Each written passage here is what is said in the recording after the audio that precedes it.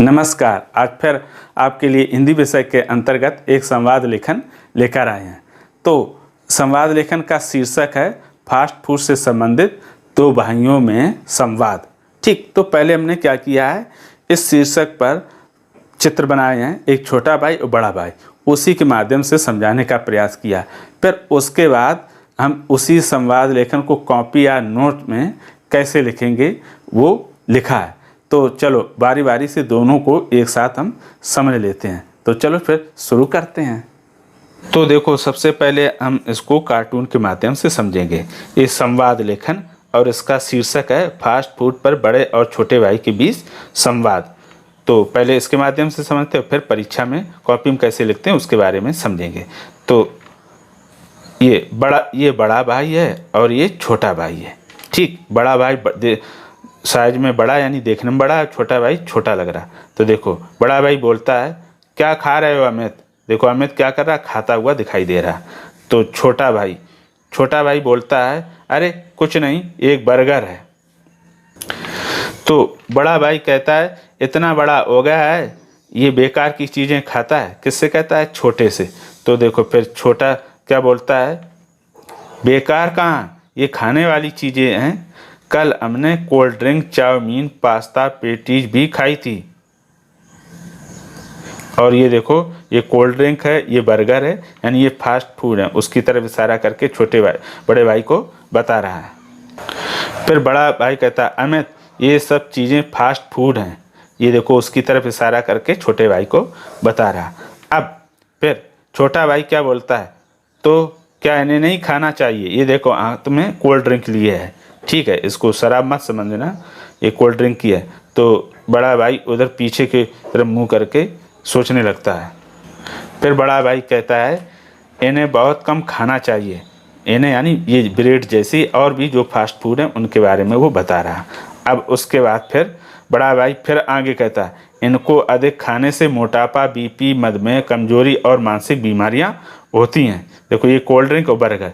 तो छोटा भाई क्या एकदम सोचने लगता, अरे इतनी सारी बीमारियां होती हैं इनको खाने से।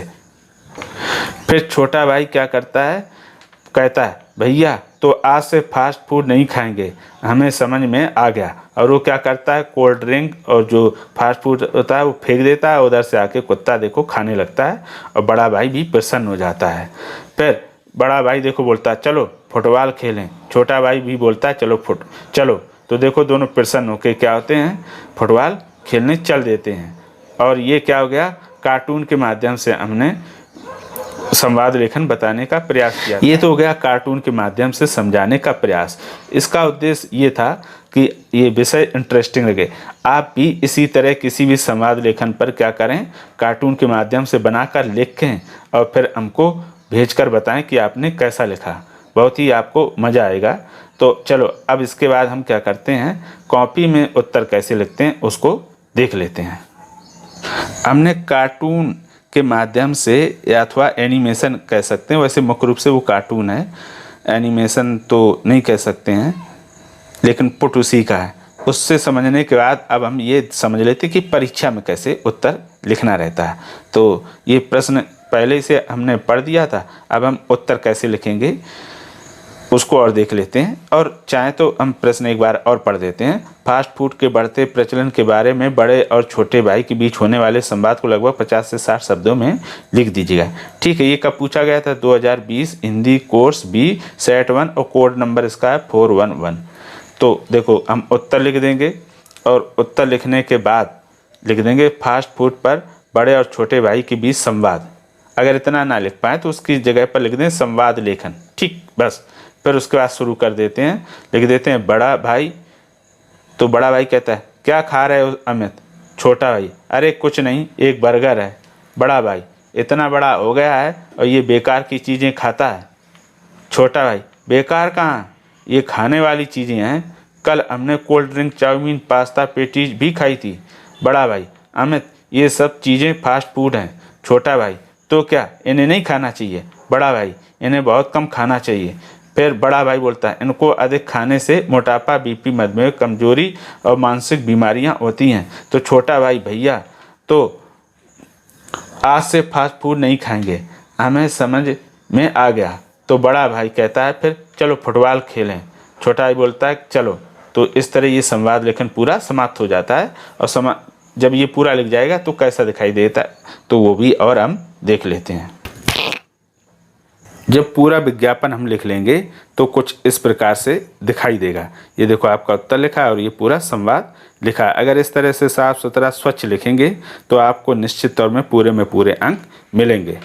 अब देखो दो चीज़ें बहुत ज़रूरी हैं।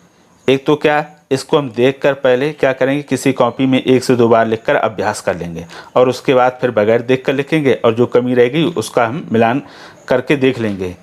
यानी लिखने के बाद और फिर हम बगैर देखे लिखेंगे और मिलान करेंगे कि कौन सी कमी रहेगी। अगर कमी रहेगी तो हम उसको दूर कर लेंगे और अगर हमारा सही हो जाएगा तो फिर इसका मतलब हो गया कि हमें लिखना आ गया।